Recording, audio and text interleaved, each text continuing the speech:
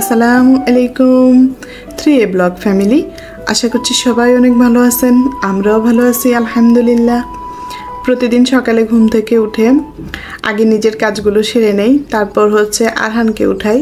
তো আরহানকে উঠাই যখন ওই রুমে দিয়ে আসি, মানে লিভিং রুমে বসিয়ে রেখে নিজের রুমের জানালাগুলো খুলি, তারপর বিছানা গোছাই। তো এটা খুব দ্রুত সময় করি। যেমন আমার যে কাজের খালা, উনি 8:30 থেকে 9টার মধ্যে চলে আসে। তো উনি ফার্স্টে এসে আমাকে কাটাকাটি করে দেয়, রুটি বানায়, এ ধরনের টুকটাক কাজকর্ম করে। এই ফাঁকে আমি ঘরটা গুছিয়ে ফেলি। ঘর গোছানো বলতে বিশেষ করে বিছানা ঝাড়া, এইটাই আর কি। ওই যে ওই বাসায় কাজের খালাকে দেখতে পাচ্ছি কাপড় নেড়ে দিচ্ছে। তো বিছানা গুছিয়ে নিজেদের নাস্তাটা করে নিয়েছি। এখন আরহানের জন্য নাস্তা বানাচ্ছি, যেটা হয় খুব দ্রুত সময় করে ফেলি। তো এত দ্রুত সময় করতে নিলে আসলে আমি ভিডিও করতে পারি না, ওটা শুধু কাজটাই করা হয় আর কি।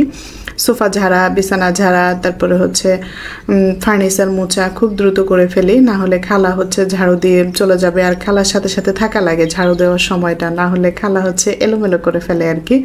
তো যাই হোক, সবাই উনিও 10টা বাসায় ঘর মোছেন, ঘর ঝাড়ু দেন। তো ওনারও একটা টায়ার্ড আছে, সেটা বুঝতে হবে। আমার যেটুক কাজ আমি সেটা পিছে পিছে থাকি, উদ্ধার করে নেই আর কি। আর এটা যে দেখাচ্ছিলাম, আমাদের চা খাওয়া বাকি ছিল আর আরহানের নাস্তা। তো আরহানের জন্য এই ফার্স্ট টাইম এই আলফাবেট পাস্তাগুলো নিয়ে এসেছি, ওটা বসিয়েছিলাম। এদিকে হুট করে আমার কিছু গেস্ট চলে এসেছেন। আরাফার বাবার অফিসের ড্রাইভার, ডেলিভারি ম্যান, এরকম আর কি। আসলে কে এসেছেন আমি ওদিকে দেখি নাই। তো যাই হোক, আরাফার বাবা বলছিলেন ওদেরকে চায়ের সঙ্গে বিস্কিট না দিয়ে অন্য কিছু দেওয়া যায় না। ওরা তো অফিসে সবসময় এই ধরনের জিনিস খায়, ব্রেড বা বিস্কিট। তা আমি চটজলদি গুড় দিয়ে এই তেলের পিঠাটা ভেজে নিয়েছি, গুড় দিয়েছি, একটা ডিম দিয়েছি, আর চালের গুঁড়া দিয়েছি।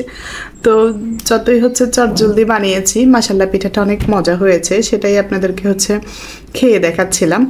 তো ওদিকে পাস্তা নামিয়ে, চা নামিয়ে ওনাদেরকে আরাফার বাবাই নিয়ে দিয়েছেন। তো আমি আর ওদিকে যাইনি। এখন আরহানের নাস্তা বানাচ্ছিলাম। আসলে এখানে কিচেনে মোবাইলটা ছিল, যার কারণে আমি ভিডিওটা করেছি আর কি। না হলে এরকম হুটহাট অনেক কিছুই হয়ে যায় আমার ঘরে, আমার ভিডিও করা হয় না আর কি। তো মোবাইলটা ছিল বিদায় তেলের পিঠাগুলো ভাজতেছিলাম আর ধরেছিলাম আর কি একটু।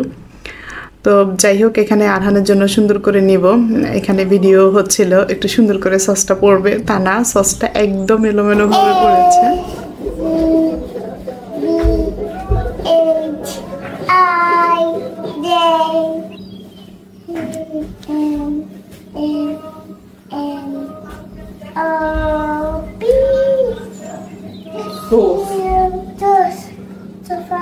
আপনারা সবাই মাশাআল্লাহ বলতে ভুলবেন না।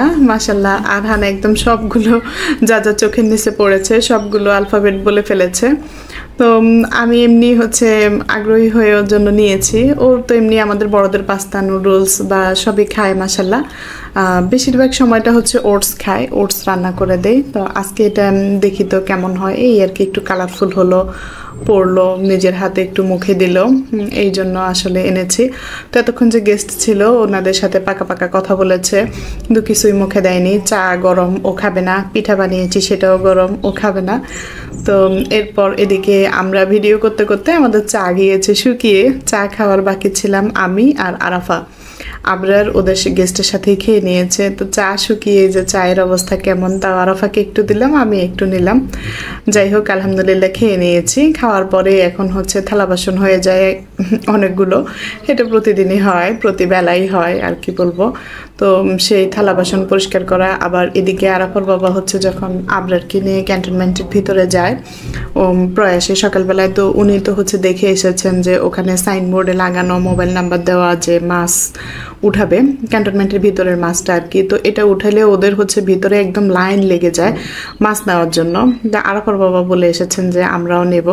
তো যথারীতি ওনারা ফোন নাম্বার দিয়েছেন আর টাইম বলে দিয়েছেন, এই সময় যাবেন। তো আজকে এমনি শনিবার, স্কুল তো বন্ধ, কিন্তু তাও আরাফার বাবা গিয়েছিলেন সকাল সকাল মাছ আনার জন্য। তো মাছ এনে এদিকে আমার পিছনে এখানে রাখা আছে। এখন আমি এদিকটা পরিষ্কার করে তারপর মাছগুলো উঠাবো উপরে। মাছের সাথে উনি দেখলাম আবার বাজার থেকে শাকও নিয়ে এসেছেন। বাজারে গিয়েছেন, মাছটা ক্যান্টনমেন্টের ভিতরে তো ওরা পুকুর থেকে বা থেকে তুলেই বিক্রি করে। তো ওরা তো ক্যানন থেকে আর কি, খাল থেকে তুলেই বিক্রি করে, কেটে দেয় না। তো কাটানোর জন্য উনি গিয়েছিলেন আর কি বাজারে।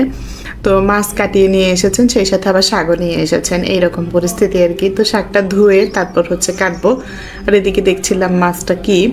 তো মাছ আসলে পাঙ্গাস মাছটা আমরা কখনোই হচ্ছে এরকম লোকালটা খাই না, এটা যদি হয় নদীর বা এরকম ক্যান্টনমেন্টের ভিতরে তখন আনে। এখানে তেলাপিয়া আর পাঙ্গাস দেখে অনেকেই হচ্ছে অনেক কিছু মনে করতে পারেন, এটার পক্ষে একদল এটার বিপক্ষে একদল। তো জানি না, আমাদের কাছে ভালো লাগে। আর বিশেষ করে ভিতরের যে মাছটা চাষ হয় এই মাছটা অনেক মজা, এটার মধ্যে কোনো হচ্ছে তেলাপিয়ার যে গন্ধ বা পাঙ্গাসের গন্ধ ওটা থাকে না, খুব সুন্দর থাকে। মাছটা ভাজাও লাগে না, যেমন যেমন করে রান্না করলেও হচ্ছে টেস্ট লাগে। তো যাই হোক, এখানে সবাই লাইন ধরে মাছ নেয়, সিরিয়াল মেনটেন করে নিতে হয়। তো আরাফার বাবা যতটুকু পেরেছেন ততটুকু এনেছেন, এরপর আমি সুন্দর করে সংরক্ষণ করে রাখছি। আজকে মাছ না আনলেও হতো আমার, কারণ মাছ বাসায় মাছ মাংস সবই আছে, কিন্তু ওই যে উনি পেয়েছেন তাই হচ্ছে ভাগে যেটুকু পেয়েছেন নিয়ে এসেছেন। এখানে 2টা মাথা, লেজ, কিছু টুকরা নিয়েছি আমরা রান্না করার জন্য। পরে দেখলাম যে আসলে ভুল হয়ে গিয়েছে, এতগুলো মাছ খাওয়া যায়নি। এখান থেকে একটা মাথা, আবার কয়েক পিস মাছ ঝোল থেকেও গিয়েছে। আর বাবা বলছিলেন তুমি এতগুলোই রান্না করে ফেলছো কেন, ভুল হয়ে গিয়েছে, আসলে প্রথম দিন বেশি করে রান্না করে ফেলেছি। তো যাই হোক, পরবর্তীতে আবার একটু তুলেও রেখেছি। আর এই হচ্ছে ডিপ ফ্রিজের অবস্থা, সব কিছু হচ্ছে গুছিয়ে রেখেছি, তারপরেও অগোছানো মনে হচ্ছে। আপনারা নিশ্চয়ই অনেক সুন্দর করে গোছান, আমার হচ্ছে একটু অগোছালোই থাকে সব সময়। যাই হোক, এই যে মাছ পরিষ্কার করার পরে আমার কিচেন পরিষ্কার করতে আরও অনেকটা সময় লাগে, যেটা পুরোপুরি হয়তো ভিডিওতে আসেনি, কিন্তু আমার লাগে, আমার অনেকটা সময় লাগে এই কিচেনটা পরিষ্কার করতে। মাছ না, শুধু মুরগি হোক মাছ হোক, সেটা করলে একদম হচ্ছে গুঁড়ো সাবান ছিটিয়ে খুব ভালোভাবে পরিষ্কার করে তারপর হচ্ছে আমি আবার পরবর্তী কাজ করি। যেহেতু এখানে একটা সিঙ্কের মধ্যেই থালা বাসন ধোয়া, আবার আমাদের সবজি রান্না বান্না সবই করা হয়। আসলে তখন বুঝিনি, যখন বাসাটা করা হয়েছিল তখন যদি 2টা সিঙ্ক বসাতাম বা পাশেই একটা ভেসিন দিতাম। এমনিতেও আমি ফল টল প্রায় বেশিরভাগ সময় ডাইনিংয়ের ভেসিনেই ধুই, কারণ আমার কাছে এখানে কেন জানি একটু লাগে, মাছ মাংস ধোয়া হয় তাই। আরাফারা ওদিকে হচ্ছে আম মাখিয়েছিলেন, একটু খেয়ে আসলাম, আর সেই সাথে হাতে মোবাইলটা ছিল, একটা ক্লিপও নিয়ে নিলাম আর কি। এই যে ভালো করে মশলা কষিয়ে তারপর হচ্ছে রান্নাটা করে ফেলছি। তো ওই যে আমার সকালে কাজের খেলা, একটুখানি কাজ করে দৌড় দিয়ে চলে গিয়েছেন, আর তো নাই। এই সারাদিন এগুলো আমাকেই খুঁটে খুঁটে করতে হয়। সারাদিন যে কত কাজ করি তার তো কোনো শেষ নেই। এখানে শুধু আমার সকাল থেকে দুপুরটাই আমি একটু তুলে ধরেছি। এর মধ্যে বাচ্চাদেরকে গোসল করা আছে, তারপরে কাপড় ধোয়া আছে। প্রতিদিন তো আর মেশিনে কাপড় ধোয়া হয় না, ওটা ভারী কাপড়ের জন্য। গোসল নামাজ সব কিছু করে এই যে আসলাম। আবরারের খুব খিদে লেগে গিয়েছে, ও যেহেতু বাসায় থাকে, বাসায় আছে শনিবার রবিবার শুক্রবার 3 দিনই ছুটি ছিল। সাথে একটু আলু দিয়েছি, আর আলুটা আবরার কেটে দিয়েছে, তাই হচ্ছে এমন হয়েছে সাইজ, এমন উল্টাপাল্টা হয়েছে আর কি। তো ও করলা ভাজি দিয়ে শুরু করলো, আর এটা যেটা দেখতে পাচ্ছেন এটা আরাফার জন্য নিয়েছি। পিছন থেকে বলছিল ভাত আরও কমাও আরও কমাও, কমাতে কমাতে এই অবস্থা। আর সে করলা পছন্দ করে না, কিছুতেই করলা তাকে দেওয়া যাবে না। তারপরও একটু জোর করে দিলাম, বললাম যে আমি আলু দেখে দিয়েছি। আর আবরার আজকে কি মনে করে ওই চিপাই যে গিয়ে বসেছে, মানে সে আজকে আমার ধারে কাছে আসতেছে না, ওই কোনায় দিয়ে যায় বসছে। তার এক এক দিন এক এক রকম, তার যে মনের ভিতর কি হয় আল্লাহ ভালো জানে। এখন আর দেব না এটাও বলছিল, পাশাপাশি আমার হাতটাও ধরে রেখেছে, মানে আর দেব না আর কি, ঠান্ডা লেগেছে, ওর শরীরটা ভালো না। তো এই যে নামাজ কালাম সব পড়ে ছোটোটাকেও খাওয়াচ্ছি, পাশাপাশি নিজেও খাচ্ছি। মাশাল্লাহ মাছটা অনেক মজা হয়েছে, মাথার একটু অংশ আমি নিলাম।